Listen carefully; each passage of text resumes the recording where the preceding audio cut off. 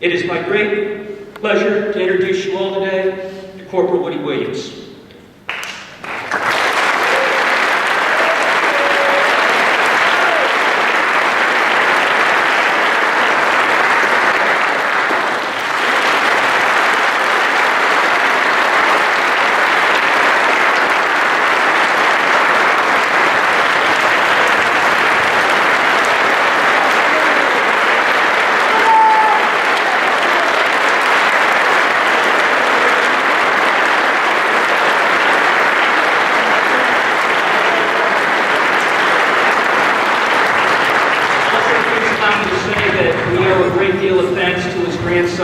Pacey, who's made this trip here today possible. So, on behalf of the cadets, thanks, Brent. Thank you, sir. Oh. Might be a good idea. I couldn't use it anyway. Thank you very much for that warm welcome.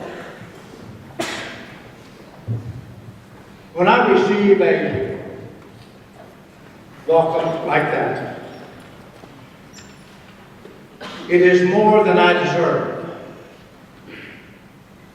So, with your permission, I would like to dedicate that warm welcome to all those Marines who never got to come home and raise a family and mow the lawn and be henpecked like I was. They missed out on a great deal.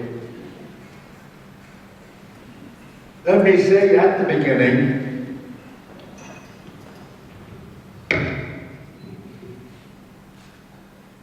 that the medal I wear around my neck, I have said since I received it, at the advice of the Commandant of the Marine Corps, it does not belong to me. I have said from the beginning that I am just the caretaker of the medal. Because two Marines on February the 23rd, 1945, on that little island of Iwo Jima, gave their lives protecting mine. So when I wear the medal, I do not wear it for what I did. I was only doing my job for which the Marine Corps had trained me. But I wear it in their honor because of the sacrifice that they made. Having said that, let me say that when I went into the Marine Corps, I knew absolutely nothing about war, about service in the armed forces.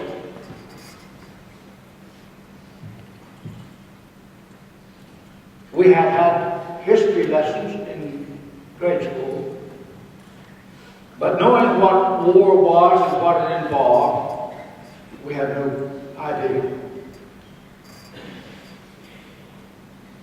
When I arrived in boot camp and that drill instructor yelled, "Report!" I thought he was talking in a different language. I didn't know what he meant until the guy in front of me turned around and practically ran over it. And then I realized what he was saying. You're supposed to turn and go the other way. It took me a while to figure that out. My concept of going into the Marine Corps, and I wasn't the only one who thought this, and that we'd never heard of the Japanese. Certainly we'd never heard of Pearl Harbor. Certainly we had never seen a Japanese. So my concept of going into the Marine Corps was not to go to the South Pacific, which I had never heard tell of, but was to stay right here in America with all the others who were entering the armed forces to protect our country from somebody trying to take it away and trying to eliminate or change the way we lived in freedom. It was quite a shock after completing boot camp when I learned I was going to the South Pacific on islands I'd never heard tell of. In World War II, we didn't have any rules of engagement. If we had any, I guess it was the rule that if we want to save our freedom, we're going to have to kill people. I was born and reared that was wrong. Even killing a bird would get you in trouble. Because that bird had not done anything to you. So it was a complete change of life from what we had known and the way we had been raised. If I can understand a little bit about our rules of engagement today, it's almost as if you have to call somebody and say, hey, I've got some guy shooting at me, can I shoot back?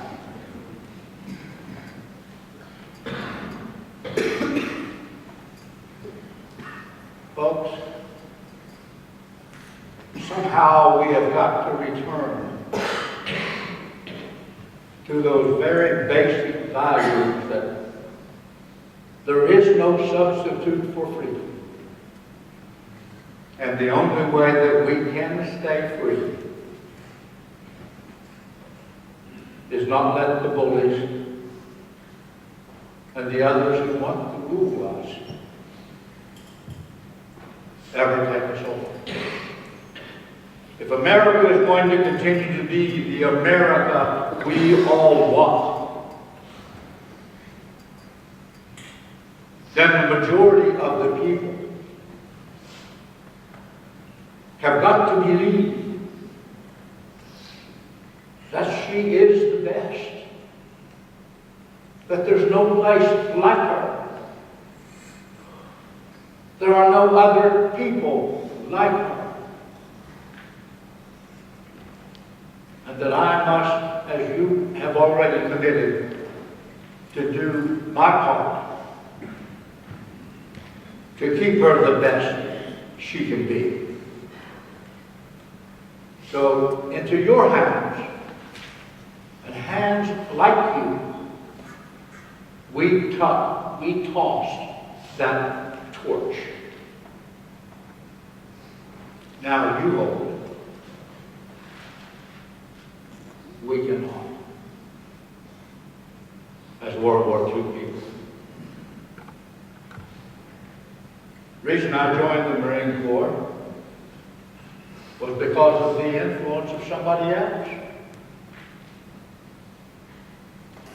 We had a couple of fellows in my country community who didn't like to poke corn and big potatoes and milk cows and scatter cow residue. I cleaned that up. So they went into the Marine Corps to make a living. There were no jobs. When they came home, they were in their dress blues. They could take our girlfriends away from us. We didn't appreciate that much. But I decided that if I ever go in the military, I'm going to be just like him, because I want to do the same thing he's doing. Our role models were basically our teachers. We had very little influence outside of school.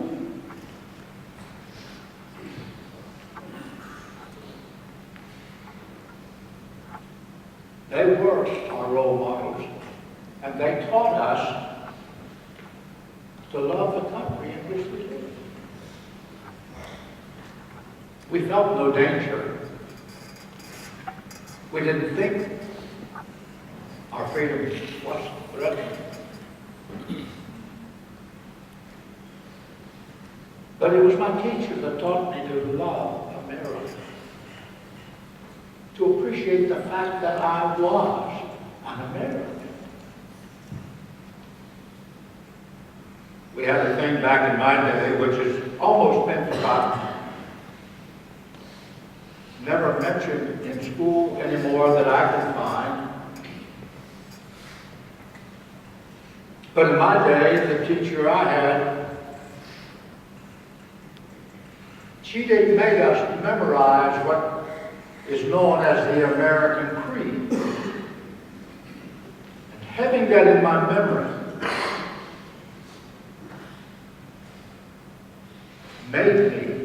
caused me to want to protect my country. I'd like to give you those words. I've lost it in memory.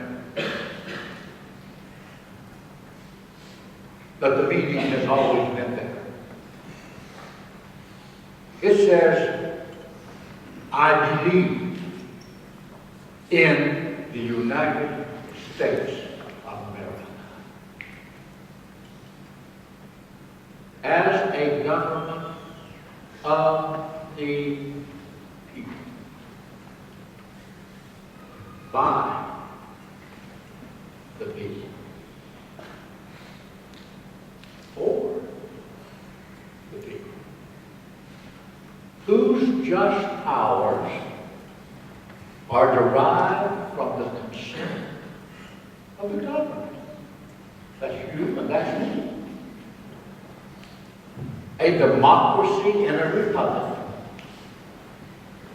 A sovereign nation of many sovereign states.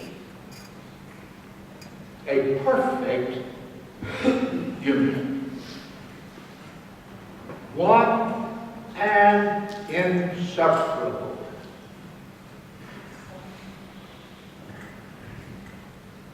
Established upon those principles of freedom, equality, and humanity, for which American patriots sacrificed their lives and fortunes. I therefore believe it is my duty to my country to love it, to support its Constitution, to obey its laws, to respect its flag, and to defend it against all enemies. I believed that when I went in World War II.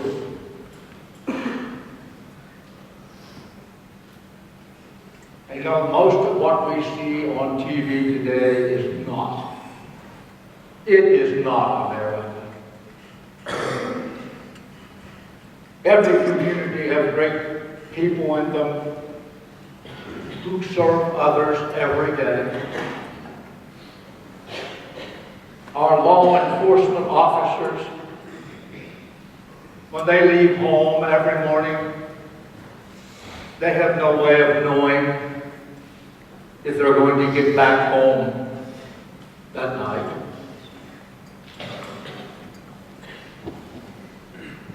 They know that they are going to have a great influence on the people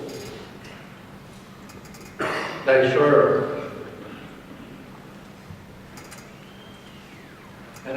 go through life, each one of us is going to have an influence on somebody else. When I was the age of most of you out there, values were emphasized and they were practiced. Not everyone did them. We still had people who did not have the same values as most. But one of the ways of getting in serious trouble was to be caught not doing those values.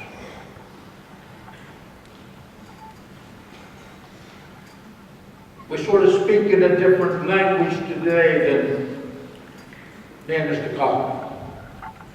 With gigabytes and megabytes and cyberspace.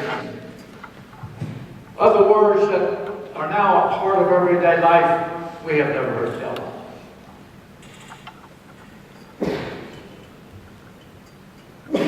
Sometimes I need to check to see if I can rise to the level that I need to make sure I'm communicating with you.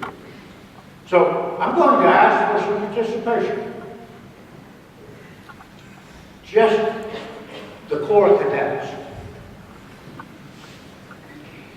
Very simple evaluation. I'm going to give you a number. And all you have to do is give me back the next number. If I said 70, you give me back 71. Very simple. It's not that you don't know your numbers, I know you do. But I need to know if you're thinking and listening and evaluating what I'm talking about. So your response is the evaluation. How quickly do you come back with it? All right? Everybody understand the game? So here we go. 1,095. 1,096. 1,097. 1,098. 1,099. My Lord, you made it. I usually don't get that figure when I do that. You got to compete somewhere else. But I want you to imagine in your mind for just a moment.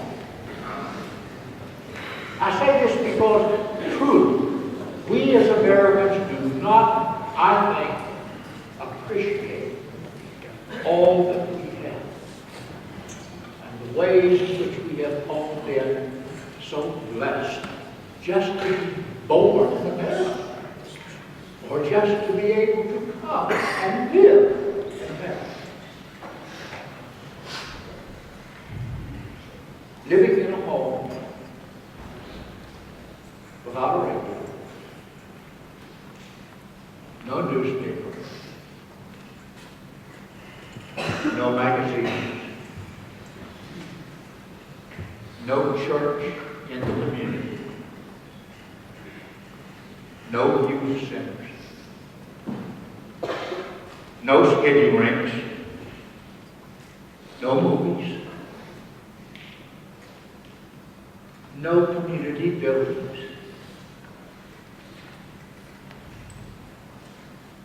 But we were living around others in the same fix. It gave us a value and a relationship with each other that we have, I believe, lost in America. People will live for months beside each other and never even know the next person. We know the circumstances and happenings can very well shape our lives, as it did mine. But it's not only the circumstances and the happenings that are important. They come without our knowing it. The important thing is, how do we handle it when it gets there? What are our values so established that we know how to react?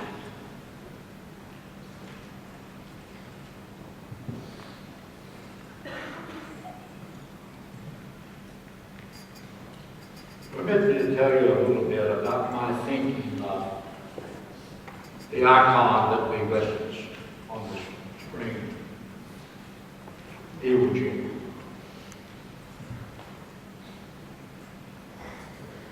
Iwo Jima was only a tiny spot in a huge ocean, 2.5 miles wide, 5 miles long.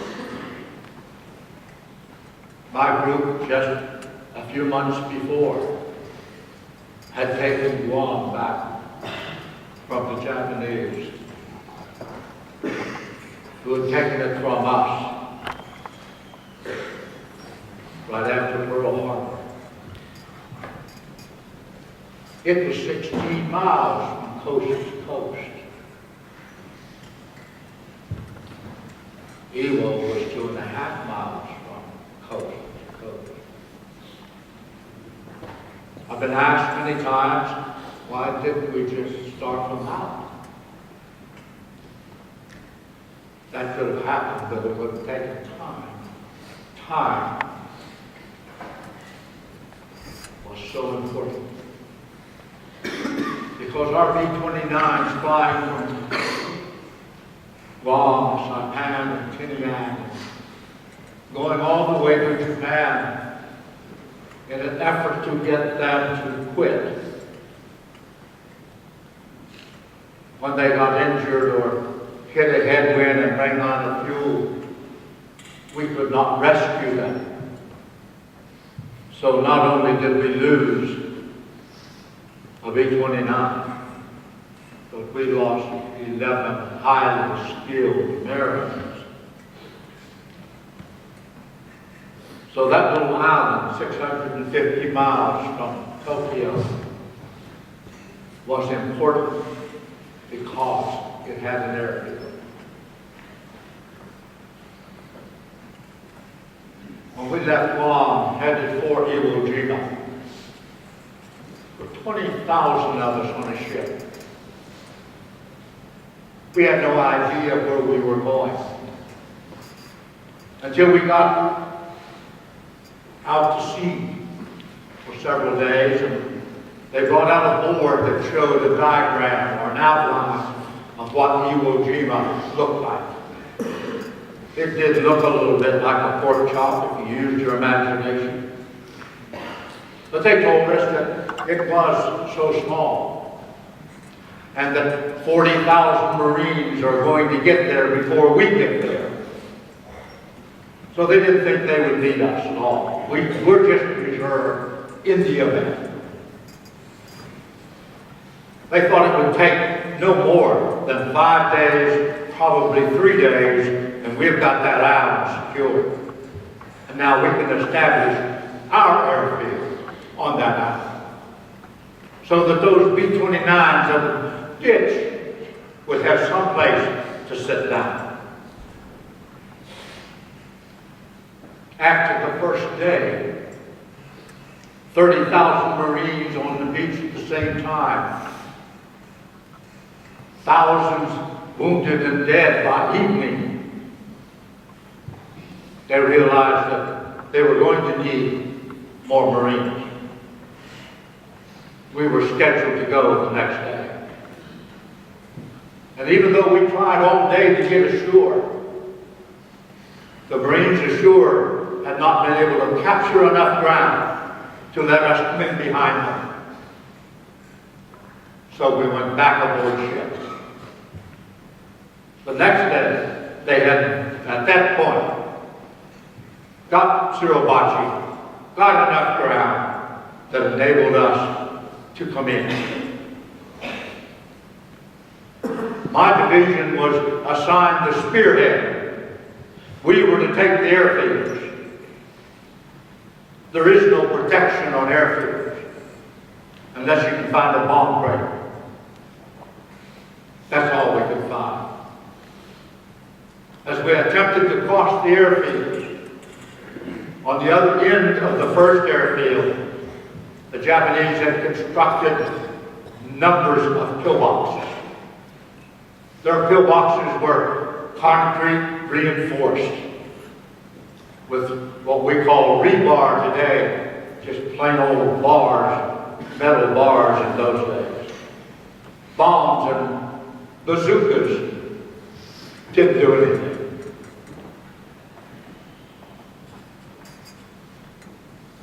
On the 23rd of February, we'd been there now 3 days.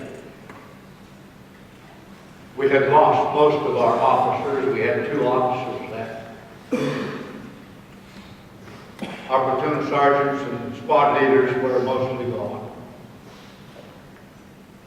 When I hit the beach, I had 6 Marines under my control as flamethrower demolition operators. My job was to keep them supplied and assign them as to wherever they needed to be, but I just put 2 of them with each A, B, and C company, and if the platoon leader needed something done with the flamethrower demolition, he had them there. By the 23rd, I didn't have any left. My commanding officer asked for the NCOs to join him in shellhole work, the conference, the talk.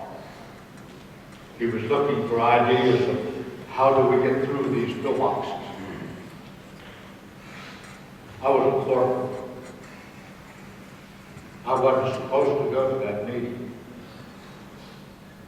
But my first sergeant said, "You go." As we sat in this huge shelter, Captain Beck asked the question if I thought I could do something about some of the pillboxes with a flamethrower. I've said many times, I don't know my response to him. Others in the hole later said, "I'll try." He assigned me 4 Marines, 2 automatic riflemen and 2 riflemen, to protect me as I would try to approach a pillbox.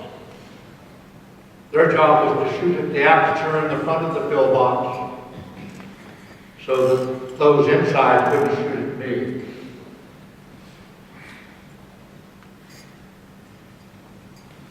That's when I lost 2 of those.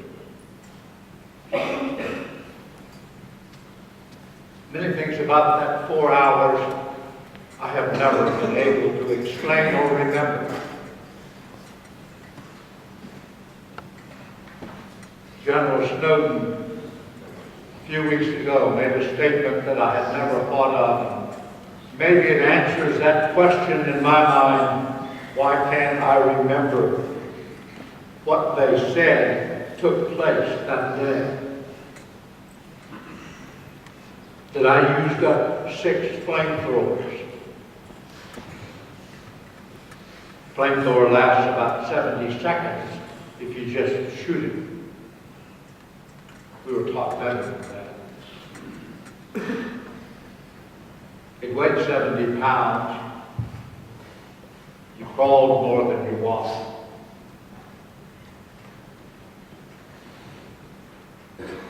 Somehow that day, that 4 hours, I knocked out 7 of those pillboxes. When I say I knocked them out, I burned them out. One of the things that I cannot remember that General Snowden said may be an answer why is that the mind can shut down.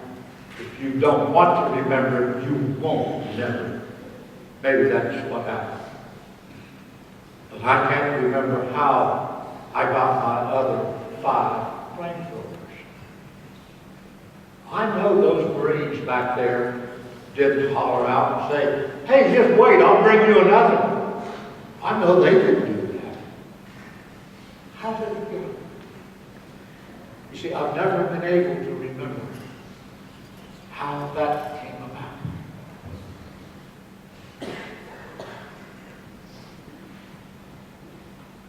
Because of that afternoon and the witnesses of other Marines who were willing to put their name on a document those Marines thought me worthy of receiving our nation's highest reward.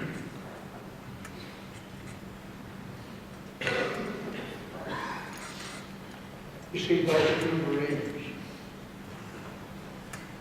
left an impact on my life that completely changed my way of living and way of thinking. It's happened many times in our history. And one of the groups of people I feel that we as Americans and the country as a whole have absolutely been negligent about. I don't think it was purposeful. I think it's just one of those things that have happened simply because somebody didn't do something. I went to school with a young fellow my age by the name of Leonard Brown. Leonard and I walked back and forth to school every day for 8 years. Leonard was a good friend. He was even closer to me than my own brothers. When I went in the Marine Corps, I wanted Leonard to go with me, to go to the Marine Corps. He said no, he wanted to go to the Army Air Corps.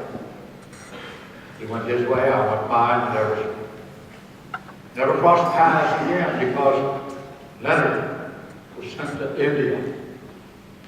Leonard was on a B-25. Leonard was delivering supplies from India to China. That B-25 disappeared.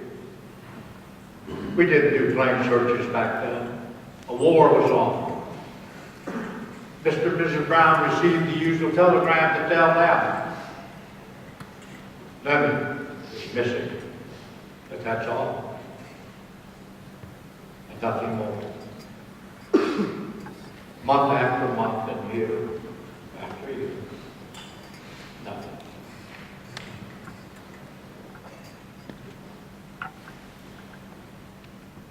After 7 long years, Mr. and Mrs. Brown finally got the final telegram that told them that Leonard was not coming home. Nobody ever did anything for Mr. and Mrs. Brown. But that happened over and over many thousands of times in our history and in our families. That bothered me for many years. That we didn't do anything to recognize those people who sacrificed more than I did, who gave more than I did. And we've never even there are 1,100 monuments and memorials in the District of Columbia, and not one of them pays any tribute or gives any honor to those people who sacrificed their loved ones so you and I can still be free.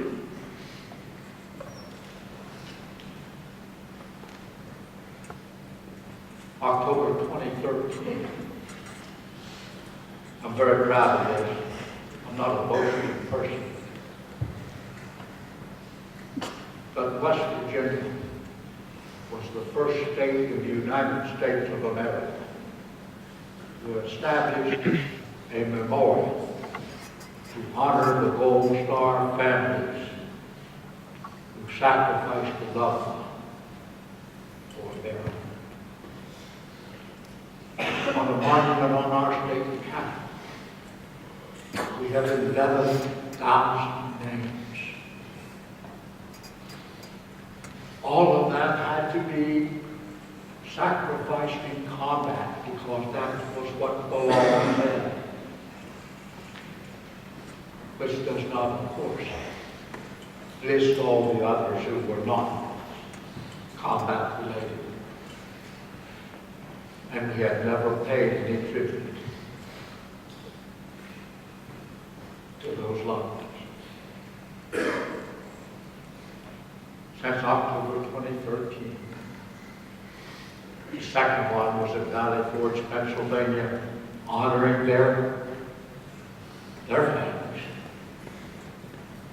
The third, again, was West Virginia. Now we have two. We'll have a third one before the summer's up. About 16 other places in the country are now in the process of doing something to recognize those people. It never ceases. Grief is forever.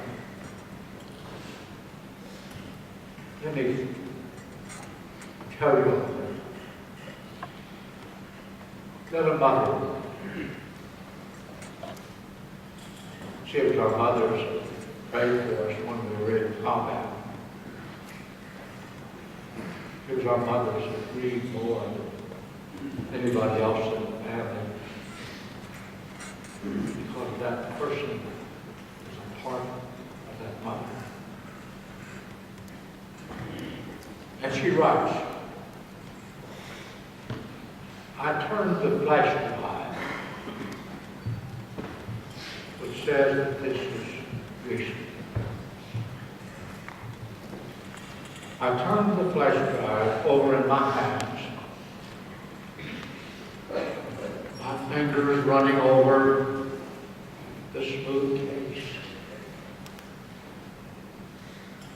It didn't seem right that the last months of my son's life were contained in this tiny bit of plastic and metal and computer circuitry. It felt flimsy, inconsequential.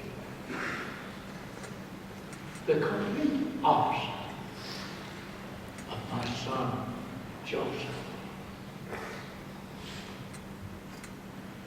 He was a natural leader with a big presence, strong, comforting.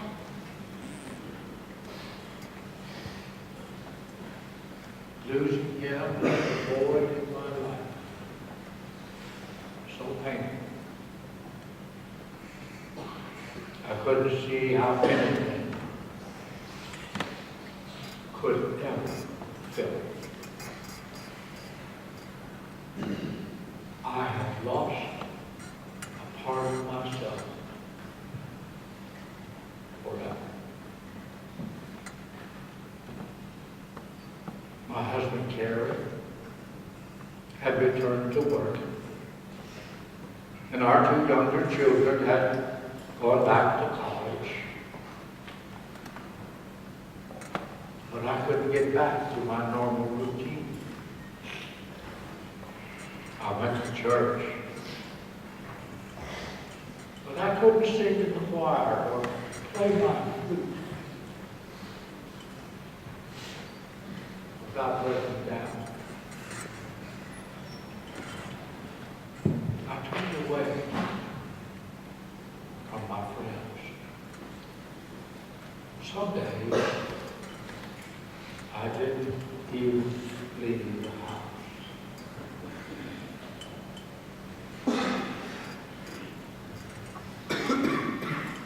As if being alone with my grief was the only way to hold on to my son Joseph. Folks, we've got to do better. Group of people long overdue for recognition for their sacrifice, so that we can say to those related to that individual, we will never forget we will always remember.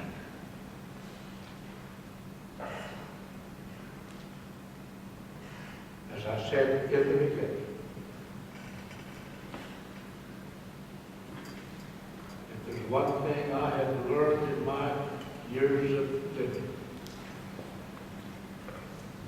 there absolutely is no place on this earth like the good country you and I are privileged to